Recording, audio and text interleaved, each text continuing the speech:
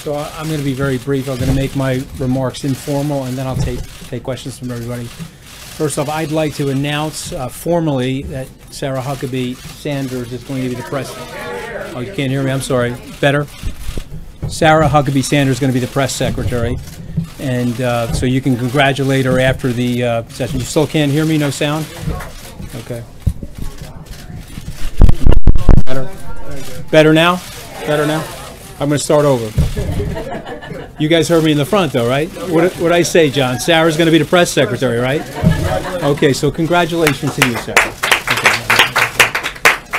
Okay. And so I want to make a couple of statements. The first thing I want to say is I want to thank personally Sean Spicer, not only on behalf of myself, the president, the administration, but Sean is a true American patriot. He's a military serviceman. He's got a great family. And he's done an amazing job. This is obviously a difficult situation to be in, and I applaud his efforts here, and I love the guy, and I wish him well, and I hope he goes on to make a tremendous amount of money. As it relates to me in this position, I'm going to spend a couple of weeks getting to know the people here, and I'm going to be as coordinated as I can with the people inside the West Wing. There's been some speculation in the press about me and Reince, so I just want to talk about that very quickly. Reince and I have been personal friends for 6 years. We are a little bit like brothers, where we rough each other up once in a while, which is totally normal for brothers. There's a lot of people in here that have brothers, and so you get that. But he's a dear friend. He brought me into the political system. He brought me into the Republican National Committee network. He introduced me to Governor Walker. We've spent many times together socially. A lot of people are not aware about this, but after the Romney campaign, I invited Reince into Skybridge. I think it reflects poorly on Reince that he didn't take my offer to come in and be our chief operating officer. But I say that in jest, obviously. And so what I want you guys to know is that he was my first call this morning. I met with him before we sat in the Oval Office, and we are committed as true professionals to the team and the process of getting the administration's message out. And I think that's going to be one of the big goals for us. I said during the transition, I'll say it up here, I think there's been at times a disconnect between the way we see the president and how much we love the president and the way some of you perhaps see the president. And I certainly see the American people probably see the president the way I do. But we want to get that message out there, and to use a Wall Street expression, there might be an arbitrage spread between how well we are doing and how well some of you guys think we're doing, and we're going to work hard to close that spread. And so I'm done. I'll take the question. Yeah. I'm going to get to as many people as I can until she looks at me. Okay. Sure. Two questions for you. Number one, what we have seen from this administration so far is the president being his own messenger very frequently, and that has caused, as you know, some struggles for the communication staff. How do you expect to get this White House back on track? Well, I'm going to take a slight issue with the question because I actually think the White House is on track, and we're actually, I think, doing a really good job. Well, I actually do think from a messaging perspective, because we have a whole list of things, and I didn't want to come out here with our list of accomplishments and start a whole advertisement infomercial right now. I really just wanted to talk about personnel movement and how we're thinking about things. But I think we're doing an amazing job. The president himself is always going to be the president. I was in the Oval Office with him earlier today, and we were talking about letting him be himself, letting him express his full identity. I think he's got some of the best political instincts in the world, and perhaps in history. If you think about it, he started his political ascent two years and 2 months ago, and he's done a phenomenal job for the American people. And the people I grew up with, they so identify with the president, and they love him, and so we're going to get that message out. So my second question for you, too. I'm going to get to everybody. Don't worry. You can speak a little bit about how you plan to, obviously you're a business guy, you're a Wall Street guy, how you plan to handle any potential conflicts of interest, and walk us through how this offer was made to you, what the president said when you were here, what the conversations were like. Well, I don't think it's fair to the president for me to go into the exact conversation, because I want to keep those conversations between me and him private. But we talked a little bit about the White House. We talked a little bit about our personal relationship. And then when he extended the offer to me, I said I would do it because I want to serve the president. You know, one of the things, I have a lot of family members that served in the American military. Unfortunately, my generation, I'm born in 1964, I did not serve. I filled out the selective service. It's one of the regrets for my life. So this is an opportunity for me to serve the country.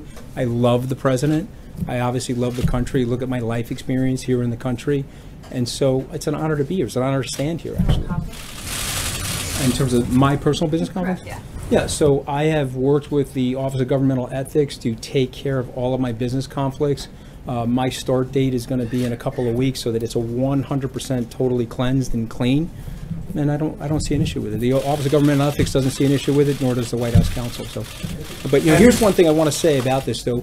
When you're bringing American business people into the administration, and they've had some level of success in the society, they have to unencumber themselves. It's just a very interesting thing, and it's somewhat ironic. You want to go serve the country, and so the first thing you have to do is take on this mega opportunity cost by getting rid of all of your assets. And so, but I'm willing to do that because I love the country. John, I'm going to get to everybody. Anthony, you've been watching this White House from somewhat outside, and I'm sure you have your own perspective on what you've seen. Not quite as tan as you, though. Not that outside. What is the first thing you're going to change to try to right this ship and put it on a course? Again, I take issue with that. I think the ship is going in the right direction. I think we've got to just radio signal the direction very, very clearly. I like the team. Let me rephrase that. I love the team. And so I'm an incrementalist. Most entrepreneurs you will find are incrementalists. To say something overly bold or overly dramatic is unfair. What good entrepreneurs do is they start the day and they go through the process. The Navy SEALs would tell you that if you want to eat an elephant, you got to eat it one bite at a time. And Sarah and I are going to do that together. We'll get to everybody. Gareth. Anthony, did you have any hesitation taking this job, knowing it might cause some friction, in that it might lead to Sean leaving, which is what's going to happen, and the two are at least somewhat coincidental? And did you have any hesitation about how you would relate to the rest of the White House staff if you came in under those circumstances? Okay, well, listen, remember, I'm a business person, and so what happens in business a lot of the times is you have some rotation in personnel as you're making changes, and you have lifestyle choices that people are also making. I would love to have Sean here. Sean decided that he thought it would be better to go, and for me, as it relates to Sean, it speaks volumes to who he is as a human being, who he is as a team player. Okay, so his attitude is, if Anthony's coming in, let me clear the slate for Anthony, and I do appreciate that about Sean, and I love him for it. But I don't have any friction with Sean. I don't have any friction with Reince. This is the White House, the United States of America, and we're serving the president. And I want to make sure that our cultural template is that we put the president's agenda first, which is perfect for the American people, and we serve his interests. And so if we have a little bit of friction inside the White House as a result of that, it's okay. We can all live with that. I'm a business person. I'm used to dealing with friction. You were a significant player during the transition. Was it disappointing that you did not land a post here from the get-go? Again, I would say as an entrepreneur, you have to be accustomed to setbacks. I've had a series of setbacks in my life, which I've written about. I wrote a best-selling book, and if you don't believe me, you can come into my basement. I'll show you every copy in order to get it to be a best-selling book. And so I'm very honest about mistakes that I've made and setbacks that I've had. And so was I disappointed? Yes, I said that candidly, that I was disappointed. But I love the president, and I'm very, very loyal to the president. And I love the mission that the president has. Okay, since the early days of the campaign, when I went to these rallies and I saw the love that the people had for the president, and again, I grew up in the middle class, and so there's a struggle out there. The president saw that before I did. I wish I could tell you I saw it before him, but he taught it to me. And I feel that struggle, and I have empathy for that struggle, and I want to be here to help make things better for the American people. So I'll take the hits. Yes, sir. Anthony, I'm going to try to get to everybody, I promise you. I'll try to get to everybody. Sean told the AP and others that the president needed a clean slate. How does that comport with a White House that's headed in the right direction? And secondly, how badly does the president need a win on health care in order to make progress? Okay, so here's the one problem with the way our society is working right now. We are micromanaging the seconds of the news cycle. I predicted the president will get a win in health care. That's my honest prediction, just because I've seen him in operation over the last 20 plus years. The president has really good karma, okay? And the world turns back to him. He's genuinely a wonderful human being, and I think as the members of Congress get to know him better and get comfortable with him, they're going to let him lead them to the right things for the American people. So I think we're going to get the health care done. I also think we're going to get tax reform done. And whatever else is on the president's agenda, we're going to work very, very hard, very studiously here to make it happen. So I John. see the cameras are back. Will you commit now to holding regular on-camera briefings, sir? If she supplies hair and makeup, I will consider it. Okay, but I need a lot of hair and makeup, John. Okay, but I don't know. Maybe. Well, I think not at all. This is the press secretary. I'm up here today only because I think it was the first day we made a mutual decision that would make sense for me to come up here and try to answer as many questions as possible. But and the answer is we may. I have to talk to the president about it. I like consulting with the president before I make decisions like that. Yeah, go ahead, John. And I know you've been one of the president's strongest supporters for a while now. But does he know what you said about him back in 2015 when you said he was a hack politician? He brings it up every 15 seconds, okay? One of the biggest mistakes that I made, because I was an unexperienced person in the world of politics, I was supporting another candidate. I should have never said that about him. So, Mr. President, if you're listening, I personally apologize for the 50th time for saying that. But here's the wonderful thing about the news media. That was 3 minutes of my life. He's never forgotten it, and you've never forgotten it. But, I hope that someday, Mr. President, you'll forget it. Okay, let's go to the next question. Can I just do one more just quick? There's been a question about credibility, some things that have been said in this room. Let me ask you a variation of what I asked Sean Spicer on his first day. Is it your commitment to the best of your ability, give accurate information, the truth from that podium? I mean, I sort of feel like I don't even have to answer that question. I hope you can feel that from me, just from my body language. That's the kind of person I am. I'm going to do the best I can. I'm going to get to everybody. Go ahead. Anthony, you mentioned your relationship with Reince. Was he involved in offering you this position? Was he consulted by the president ahead of time? Yes, he was consulted. He was involved in the thing. There's a lot of speculation in the press about the timing and so on and so forth. And so what I'm here to tell you is that we're a team. Now, if you've... How the job was offered? Like I said, I think some of this stuff, it's unnecessary to go into that granular detail, because then, it's almost like the book The Circle, where you're wearing like a police camera on you when you're having conversations. I don't think that's fair to the president. But here's what I would tell you, okay? I'm a team player. I've played team sports my whole life, at least as a kid, and I believe that you have to subordinate yourself to the greater good of the team. And if teammates don't have disagreements about certain things, then they're not going to get to the championship. You've got to get together and mix it up a little bit from time to time. I have no problem mixing up with these guys. I love these guys. I respect these guys. Is it perfect every single day? Tell me whose life is perfect every single day. But here's the commitment that I'm making to you and to the American people and to the president, that I'm here to serve him and I'm here to serve the people inside the West Wing. Sarah. Follow up on John's question. Are you committed then to regular televised briefings and having a transparent relationship with the press? Okay. And again, I obviously am committed to being transparent because I'm standing here, but I'd like to talk that over with the president, and we have a new press secretary. I'd like to talk it over with her, and then we'll get back to you on that. But listen, I'm standing right here. I'm going to try to answer every question. Sarah, go ahead. So, two quick questions. The first one, obviously we know the president has been feeling under siege with the Russia investigations, both at the Department of Justice, but also on the Hill. Do you feel like he was feeling exposed? He didn't have people adequately coming to his defense? Is that part of the reason that we have you here today? I don't think so. So one of the things that I'm doing today is I sort of didn't have my White House counsel briefing before I'm having the press briefing. So I want to limit my remarks related to the Russia situation and things like that. But here's what I tell you about the president. He's the most competitive person I've ever met. Okay, I've seen this guy throw a dead spiral through a tire. I've seen him at Madison Square Garden with a top coat on. He's standing in the key and he's hitting foul shots and swishing them, okay? He sinks 3-foot putts. I don't see this guy as a guy that's ever under siege. This is a very, very competitive person.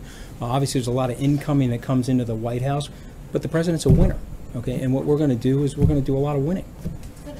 One other question, just in terms of the relationship that this press operation has had with news outlets. I mean, they've made a habit of calling news outlets they don't like fake news, calling stories they don't like fake news, calling errors that were then corrected, using that as an example to call entire news outlets fake news. Is that the kind of relationship you want with media outlets? What kind? How do you envision a relationship? Again, I want to speak for myself right now, because I don't. It's my first day on the job. I got to get familiar with everybody, get direction from the president. But I had a personal incident with your news organization, and I thought I handled it well. You guys said something about me that was totally unfair and untrue. You retracted it and issued me an apology, and I accepted the apology immediately. And so for me, I've never been a journalist, but I have played a journalist on television. You know, I used to host Wall Street Week for Fox Business. And so I have empathy for journalists in terms of sometimes they're going to get stories wrong. But I sort of don't like the fake news. And if you said to me that there's some media bias out there, if you want me to be as candid as I would like to be with you guys, there feels like there's a little bit of media bias. And so what we hope we can do is de-escalate that and turn that around, and let's let the message from the president get out there to the American people. Really going to try to get there. How you doing, Matt? Welcome. The president is known to see himself as his own best spokesperson, his own best messenger. That was clearly a challenge that Sean had at this podium. How do you plan on navigating that differently than him or Mike Dubke or anybody else? Well, here's what I would say. Okay, again, I thought Sean did a very, very good job. He's a very articulate person. He's had 30 years in communications. I would imagine that there are people here that are going to be super excited when he lands in a job that he really likes. And he'll be a very effective communicator for wherever he goes. As it relates to standing at the podium, I think everybody has their own individual personality. I do believe that the best messenger, the best media person, the most savvy person in the White House is the President of the United States. And I'm frankly hoping to learn from him as well as learn from Sarah and other people here. Is your relationship with the president? How long has it lasted? How far back does it go? How So old is it? he's probably not going to remember this, but the first time I met the president, and again, he was a name brand even back in the day. I was 31. Michael Fascitelli was a close personal friend of mine. We were at Goldman Sachs together. He introduced me to the president. I had met him a few more times. From that, Randy Levine, the president of the Yankees, introduced me to him a few times. And then I would say that we got closer during the Romney campaign, where we did a couple of fundraisers. Press Secretary Sean Spicer has. And so I think we're pretty, listen, I don't think I'd be standing here if I didn't have a good relationship with the president. I love the president. And I think a lot of you guys know in the media I've been very, very loyal to him. And I'm going to do the best I can with my heart and soul on this job and try to serve him the best way that I can. Do you plan on changes in the comm shop beyond this? Or are there going to be other changes? No, I mean, there was some speculation. The things I can talk about specifically is Dan Scavino and Hope Hicks are staying. So I know there was some speculation about that. I just spoke to both of them. I love the two of them. I go back a long ways with them. I think they're two phenomenal people. As it relates to the other people in the comm shop, I've got to get to know them. Sean was incredibly gracious a few hours ago where we sat in his office and he spoke to them on my behalf. Reince was incredibly gracious. I spoke to them as well. I got to get to know the people. They got to get to know me. Hopefully they'll like me and they'll want to stay. And we'll see what happens. But we're gonna make it a very fun place to work. We'll try to get there. Thank you very much. Are you going to more discussing about the national security issues at this podium? Yeah. Okay, that's a really good question, but I think it's inappropriate for me to answer that question right now. And so unfortunately, I have to get back to you on that because I got to get some direction from General McMaster and the President. I'm going to go this way. Blake, I'm going to get to you, I promise. I'm going to do everything I can to get to every person in this room. Yes? Encourage President Trump to have a press conference with us in the near future? I'll talk to him, absolutely. I mean, listen, the president's phenomenal with the press, okay, and he's a great communicator. He won this election. I used to know the math a lot better when I was in the campaign and during the transition, but I think we spent 60% of the money, and we had 1/3 the personnel. We won the presidency because of Donald J. Trump. Okay? He is a unbelievable politician, and so he's going to at some point. We'll make sure that happens. I don't know what point that's going to be because I have to talk to him. Anthony, Blake, I'm going to get to. I'm going to do my very best to get to everybody. Let me just go in a way that's some order. I'm going to go here first. Anthony, you seem like a very savvy person, and you said that the White House is a difficult place. How are you going to handle a couple of things? When did I say that? I probably said it. I said. Let me explain that. Okay, let me be specific. It's a difficult place because here's what happens. Okay, it's a little cramped in there. You've got a lot of reporters from international news agencies, and it's a difficult place because you're trying to get a job done, but you're sitting inside of a fishbowl. And so that's what I mean by it's a difficult place. I don't mean it's a difficult place to work in terms of the people. I think what you'd find is that there's a lot less palace intrigue than's getting reported about. And so, but that does create some tension and anxiety, and I'm going to work alongside of my peers here to reduce that tension and anxiety because we all genuinely like each other. How are you going to handle? How are you going to? My question. How are you going to handle when a crisis or a big thing comes up, and you put a very sophisticated message out at night, and the president in the morning tweets something very different? Okay. And are you willing to say you've made a mistake? So 2 questions there. Oh, well, listen, I took trial advocacy at Harvard Law School, a little name dropping there if you don't mind, okay? And so I'm not going to answer that because that's a hypothetical, and the first thing they teach in trial advocacy is not to answer a hypothetical. But here's what I will tell you, okay? I love the president, and the president is a very, very effective communicator, and he'll use social media. I think he's got if I get this wrong, I know I'm going to hear it from him, so I hope I don't get it wrong. Either 113 million or 114 million. I know he's picking up about 300,000 followers a day, God bless him. And so to me, I think it's been very effective use of reaching the American public directly. And so listen, I welcome him continuing to do that. I think it's very, very important for him to express his identity, because what I have found when I travel around the country, people love him. What do you come back and say when his message is different than what you put out the night before? Okay, so again, that's a hypothetical, so it's totally unfair of me to even answer that, because how can I answer that? I don't know what the tweet is, I don't know what happened, it's just unfair. And so you learn that early in law school not to answer that question. Go ahead, I'm sorry. Express any frustration to you at all that a lot of these briefings have been off camera, and since he wants to get his message out, wouldn't he believe that to put them on camera would be beneficial? He hasn't expressed that to me, so I don't know his opinion on that, so I can't answer that question honestly. How involved in the day-to-day operations of the press department will he be going forward? As much or as little as he wants to be. I mean, he's the president of the United States. I'm here to serve him. I'm certainly going to do my very best to communicate to him what I think is the most effective strategy for him to get his message out to the American people and to the global community. But it'll be as much or as little as he wants to be. You know, he did, give me the orders today that I'm in charge, and I report directly to him, and I'm going to do my very best to serve him. So as much or as little as he wants. Just to follow on that, your relationship with the chief of staff, is he your boss, or do you report directly to the president? Okay, so I'm going to let Reince answer that. I have no problem working for Reince. I can only speak about my management style, okay? I have been on Wall Street for 29 years. Nobody has ever worked for me. People work with me. I believe in a lot of collaboration. I think if you do that, it's very, very empowering for people. I have no problem working for Reince. The president said I report to him directly. But listen, you guys are going to be very, very surprised about the relationship that I have with Reince and the closeness that we're going to have in terms of working to serve the president. And so he's the chief of staff. And so it would be foolish of me not to communicate with him, not to relay to him every single thing that I'm doing. Do you stand by some of the factual claims that have been contested, that have been made by this administration? 3 million illegal votes cast to the president's opponent. Do you endorse all of those statements of fact that have been made? Okay, so it's a little bit of an unfair question because I'm not up to speed on all of that. So again, just candidly telling you that. Said 3 million people voted illegally.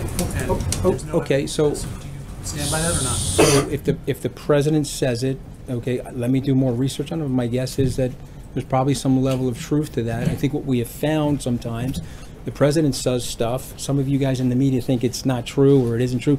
It turns out it's closer to the truth than people think. So let me do more homework on that, and I'll get back to you. I'm feeling the hook here. I can feel the hook here. So I want to answer. Is it okay to answer a few more questions? Let me get to Blake first. Okay? Let me get to Blake first, and I'll go to the other people. Thank you. Congrats on the new job. Question for you. You really congratulate me on the job? It's a new job. Congrats. You've gone through your past, law school, business, finance, but you've never held a communications type role. What would you say to your critics who say he's never done anything like this and this is the White House? Secondly, if you can just lay out kind of why you wanted the job, and thirdly, before you go, why you chose immediately right off the bat Sarah to be the press secretary. I want to start with Sarah first. Okay, so the president loves Sarah. He thinks she's doing a phenomenal job. I agree with him. I think Reince Priebus and other members of the staff agree. And I'm super proud to work with her. And I think she's going to be phenomenal as a press secretary. As it relates to me, I think that you will find in my background and my career, I have a lot of communications experience, and I spent a lot of time on television. I spent a lot of time shaping the message for my old firm, my predecessor firm, and so time will tell. But here's something I will tell you about myself. There's a lot of stuff that I don't know, and so I'm going to lean on people like Sarah and other people to help me be the best that I can possibly be. I'm going to take one last question. I'm going to take this question right here, right? I'm giving the hook, right? So I'm going to take this. Can I follow up on what Blake was asking you? Two questions. Because of your legal background and the fact that you mentioned the White House counsels, can you explain to us what role, as someone who's been trained in the law, you plan to play in communications, interacting with the president's legal team, dealing with the Russia investigation? Yeah. And then secondly, can I add on, most analysts who have ever looked at White House communications have, in academia or historians, have said that when a president says that he has communications problems, what he has is usually policy and political problems. You're arguing that we're not understanding in the United States how much the president should be appreciated and how much you love him. But can you describe to us how much you think that it goes beyond that concept and that the president has political and policy problems? Okay, so let's start with the first question. Just repeat, the first question was what again exactly? So, legal, you're going to interact with the president's legal team in what way? That's a good question. And so I'm close personal friends with Jay Sekulow. I have a relationship with John Dowd, and I'm going to work with Don McGahn and other people to just make sure that we're on message and we're handling ourselves in the most appropriate way possible. That's the best I can say about that. So no time. I've not met Ty. I don't know Ty. And so then the follow-on was communications problems versus policy and political problems, and the way you see that in the context of this president. Well, long ago, Teddy Roosevelt said that the presidency is a bully pulpit, and that the president has a great gift, and that he's able to control the news cycle and able to control the messaging. And so I think if we get super coordinated around here with the president, and we go back to what he did, some of the great successes that he had in the campaign, in the transition, and even in the presidency, frankly, is delivering that message directly to the American people. And so, to me, I think the policies are fantastic. I think he's done a phenomenal job. I think Sarah read something that I totally believe, is that he's doing a phenomenal job, and we just need to get it out there a little bit more aggressively, and we're going to try to do that. I got to go, right? Can I get one more? Can I get one more? I'm going to take one more. Right there. Thank you very much. You've talked several times about your relationship with Reince Priebus and Hope Hicks and some of the rest of the communication staff. Can you talk about your relationship with Steve Bannon? He's said to have had strong objections about you taking this job as well. And then I have one other thing. All right, so I'm on the record. I've been interviewed about Steve. I think he's one of the smartest people that I know. I think that he was instrumental in helping us win the election. He's got a strong personality. I have a strong personality. We didn't really overlap at Goldman Sachs, but we both worked there at a period of time. And there was something great about that culture back in yesteryear. Maybe it's true today, although I've been out at Goldman for 21, 22 years. But there were two great things about that culture. The first thing was that you subordinated yourself to the team, even if you had disagreements. And the second thing was that the legendary John Weinberg, who's now deceased, once said, "Some people grow, other people swell." Okay, and it's a great line to think about yourself. And so for me, I want to keep my head in the game, I want to keep my ego low, and I want to work with Steve Bannon as closely as I possibly can. I have a huge, enormous amount of respect for him. And then the other, the other thing was, Sarah says I can keep going, so I'm going to keep going. You said that the ship, you said that you don't need to right the ship, that you guys are doing great work, but the president has a 38.8% approval rating in his second quarter. That's historically low. What are you going to do to change that, to better communicate with the American people? So that's actually a really good question. And so these polls are moving targets, and we all know from statistics, which I've taken plenty of statistics courses, that sometimes the polls could be wrong. We do know that. That's Gallup's average. All right, so we're going to use Gallup's average, but we were using averages during the campaign, and people said we were going to lose, and we ended up winning. And so what I would say about polls is that they're a barometric pressure reading for right now today, but the American people are actually playing a long game, and I think they really, really love the president. And when you look into the individual state-by-state polls, you can see the guy's doing phenomenally well. And so it's indicating to me, at least me personally, that the president is really well loved. There seems to be a disconnection in terms of some of the things that are going on, and we want to connect that, Sarah and I, best of our capability. and so that people feel great about what he's doing. I feel great about what he's doing, and I want, well, maybe you're not going to feel great, I don't know you, but I want the American people in general to feel great about what he's doing. I'll take the question. Thank you, If he says I Anthony. can keep going, I'll keep going. Go ahead. Thank you, Anthony. There have been reports about General McMaster having disagreements on policy over Russia. Can you say that there will be no other high-profile resignations or exits from the White House staff? So that, again, another hypothetical. I honestly cannot answer that one way or the other, although I have an enormous amount of respect for General McMaster. I just don't know the situation. I'm not going to answer it because I don't know. You said you're going to work with the legal team and messaging as it relates to Russia. Where have they? I mean, maybe I specifically said that I haven't been briefed yet by the White House counsel about what is appropriate to talk about from this podium, and so therefore I don't want to take any questions related to Russia. Okay. So, well, I'd like to ask you though, if is the strategy that seems to be coming from this White House now in going after Robert Mueller's credibility the right one? Okay, so again, that's sort of in that zip code of, like, you know, the legal team, and not really in Sarah or my zip code, so I just want to stay away from the question. It is a messaging question, It's actually very complicated, and I don't want to bore all the people here with the legal details related to it, but I just think it's important for me on my first day standing up here that I don't go in that direction, so I'm not going to answer the question. Not because I'm not trying to be forthcoming, I just think there's legalities there that I don't want to touch. Thank you very much. My question is really I'm in going to take your this zip- question Oh, first, sorry. and then I'll take you, I promise. Thank you very much, sir. Yeah, Communication the last is- two questions, I'm going to go. Right. Communication is the key, and President is a great communicator. Mm-hmm. How important is now relations between the President and the press? And you think how he's going to change, and how much he has a faith and trust in the White House press, and what is the future? Listen, I'm a super optimistic guy. You know, I'm too short to see the glass anything other than half full, right? So I'm a super optimistic guy, and I think that the president's going to have a phenomenal relationship with the press. We'll get there together. Take this last question, then I'm leaving. My question is in your zip code. Larry Speaks, who once stood up there, said, "Don't tell us how to stage the news. We won't tell you how to report the news." Do you think that that's an accurate reflection of what your all's job is? Say it again. Larry Speaks said, "Don't tell us how to stage the news. We won't tell you how to report the news." Do you think that's an accurate reflection of our relationship? I don't know. You know, we're in a different world. I mean, I have an enormous amount of respect for Press Secretary Speaks, but when he was standing at this podium, it was a very, very different world. Each one of us right now has a sound studio, a recording studio, a movie studio, a television studio right in the palm of our hands, and so we could stage things, and it's going to be read certain ways, it may not be read other ways, but I know what Sarah and I are going to work on is reaching as many people as we possibly can for today's era. And so maybe he was accurate in the 1980s, but Sarah and I will think of something cute to say once we start working together. She wants to give me the I'll take it. Okay. Yeah. The president tweeted that it's impossible for his communications team to know what's in his head at every moment. Yeah. How are you going to make sure that you are on the same page as this president? What have you said to him about the need to know what he's thinking and where he stands as it relates to policy?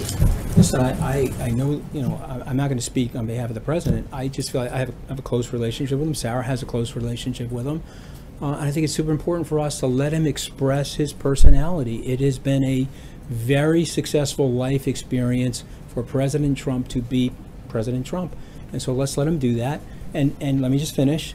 And, you know, let's see where the chips fall. And then when something happens that you don't like or you like, you'll talk to me or Sarah and we'll address it. Do you plan to meet with him every day? Do you plan to meet with him every day? And do you have Oval Office privileges? Do you plan to meet with him every day? And do I have Oval Office privileges?